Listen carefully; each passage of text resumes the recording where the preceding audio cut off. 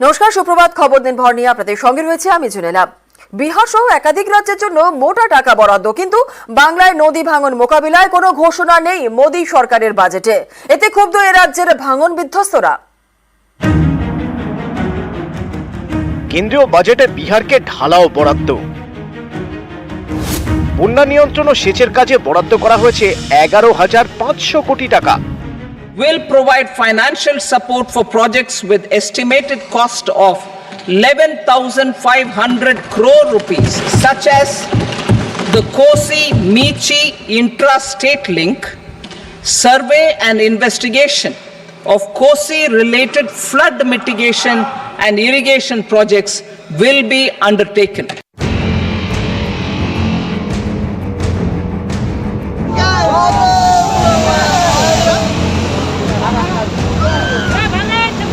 বিহারেরই পাশে বাংলা। বাংলার একাধিক জেলায় প্রতি বছর নদী ভাঙনের সমস্যা চরমে ওঠে। অনেককেই ভিটে মাটি ছাড়তে হয়। এরপরেও বাংলার হাত খালি।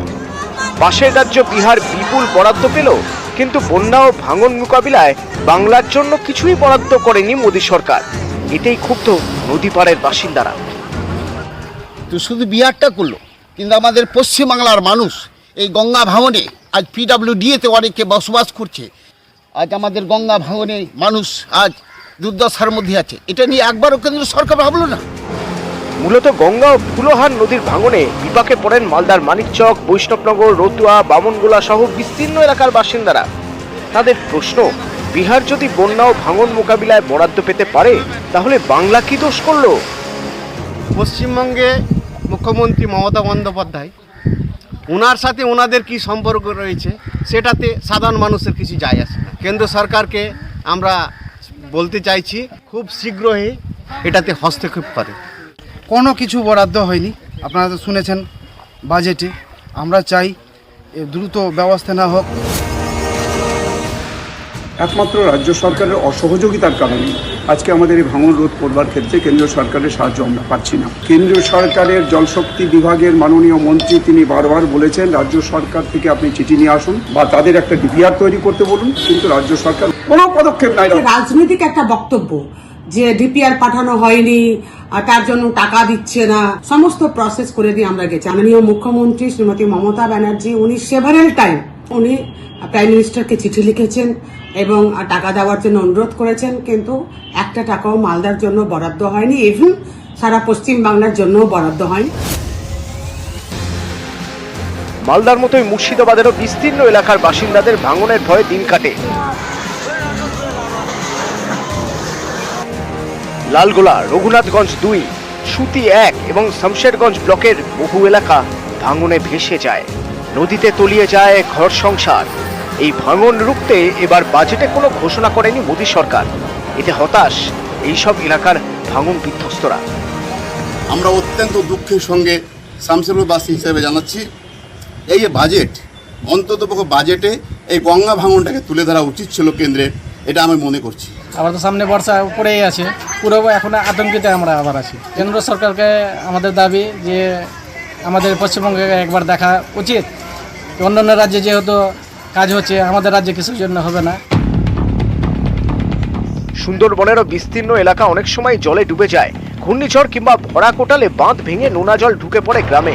এই যেমন পূর্ণিমার ভরা কোটালে ঘর ছাড়তে বাধ্য হয়েছে পাথর প্রতিমার গোবর্ধনপুর গ্রামের 100 পরিবার।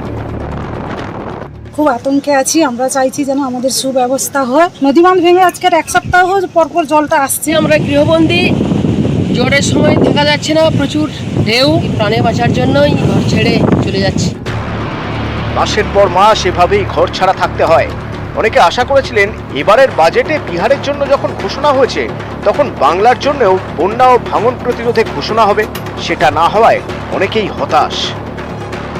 এখানকার রাজনীতি ভাবে খেলা হচ্ছে। কেন্দ্র সরকার পশ্চিমবঙ্গের মানুষকে বৈমাত্র ভাই হিসেবে দেখছে, নইলে বাজেটটা করতো না। তা আমরা কি ভারতবর্ষের কোনো বাসিন্দা না? তাহলে আমাদের জন্য কোনো ব্যবস্থা হলো না কেন? আর এইভাবে কি আমরা বাঁচতে পারি? নিউজ 18 বাংলা। আমরা তো ভালোভাবে বাঁচতে চাই। বিধানসভায় শুভেন্দু অধিকারীকে শারীরিক নিগ্রহের অভিযোগ। পূর্বস্থলীর তৃণমূল বিধায়কের বিরুদ্ধে স্পিকারের কাছে নালিশ বিরোধী দলনেতার। অভিযোগ অস্বীকার করে পাল্টা নালিশ তৃণমূল বিধায়কের। পুলিশেও তিনি অভিযোগ দায়ের করেছেন। তদন্তের আশ্বাস দিয়েছেন স্পিকার।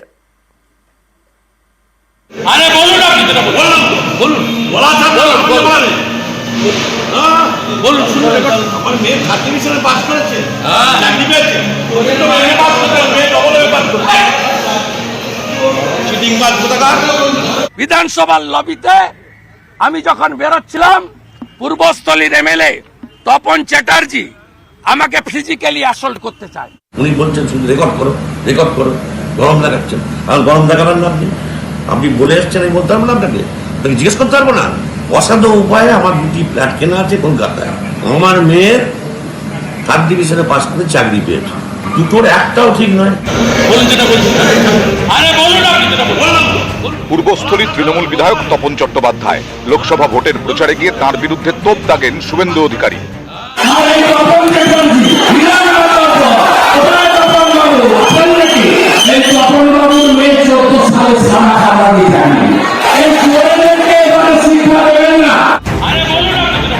এই নিয়ে বুধবার বিধানসভার লবিতে শুভেন্দু অধিকারীকে প্রশ্ন করেন পূর্বস্থলীর তৃণমূল বিধায়ক। তখন দুজনের মধ্যে তর্কাতর্কি বেঁধে যায়। এরপরেই সরব হন শুভেন্দু অধিকারী। বিধানসভার লবিতে আমি যখন বেরোচ্ছিলাম, পূর্বস্থলীর এমএলএ তপন চ্যাটার্জি আমাকে ফিজিক্যালি অ্যাসল্ট করতে চায়। আমি স্পিকার বিমান ব্যানার্জিকে বলছি, লিখে পাঠাচ্ছি এক্ষুনি, যে এই গেটের ভিতরে শুধু আমি নয়, আমার কোন বিজেপি এমএলএ যদি তার নিরাপত্তা, তার শারীরিক ভাবে কোনো ক্ষতি হয়, তার ঘাড়ে, বিমান ব্যানার্জির ঘাড়ে দায়িত্ব যাবে। ও যদি অধ্যক্ষ জানায়, আমি জানাবো, আবার আমি জানিয়ে। আর আমি যখন বলেছিলাম, বহু লোক ছিল, একটা লোক ছিল। পরে শুভেন্দু অধিকারীর বিরুদ্ধে হেয়ার স্ট্রিট থানাতে অভিযোগ জানান তৃণমূল বিধায়ক। তার দাবি, ভোটের প্রচারে ভাষণ নিয়ে দিন জিজ্ঞাসা করতেই তাকে হুমকি দেন শুভেন্দু অধিকারী। ওই ফ্ল্যাটের চাবি দাও, এই বলা মাত্র তো একেবারে তোর ব্যবস্থা করে দেবো। কি ব্যবস্থা করবে বাবা? এটাই বোঝায়। আমি তাকে বলিনি, আমি তাকে চিটিং বাজ বলি, সেটা বলিনি। আমি একটা অভিযোগ করে রেখে দিলাম, মিথ্যাবাদী। স্পিকার বিমান বন্দ্যোপাধ্যায় জানিয়েছেন, দুজনের কাছ থেকে তিনি নালিশ পেয়েছেন। তদন্তের পরে রিপোর্ট প্রকাশ করা হবে।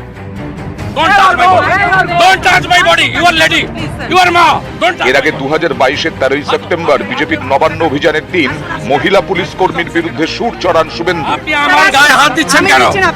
নো, আমি গায়ে হাত দিতে দেবো না, গায়ে হাত দিতে দেবো না। এবার বিধানসভায় শারীরিক নিগ্রহের অভিযোগে সরব শুভেন্দু অধিকারী, যা উড়িয়ে দিয়েছেন তৃণমূল বিধায়ক তপন চট্টোপাধ্যায়। নিউজ 18 বাংলা।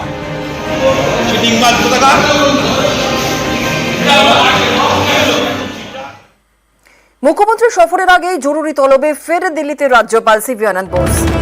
কাল বিকেলে রাজধানী থেকে কলকাতায় ফেরেন বোস, আর কয়েক ঘন্টার মধ্যেই ফের তলব দিল্লিতে। আজ সকালে বিশেষ বিমানে ফের দিল্লি রওনা দেবেন রাজ্যপাল সিভি আনন্দ বোস। দিল্লি সফরে শাহর সঙ্গে সাক্ষাতের সম্ভাবনা রয়েছে বোসের।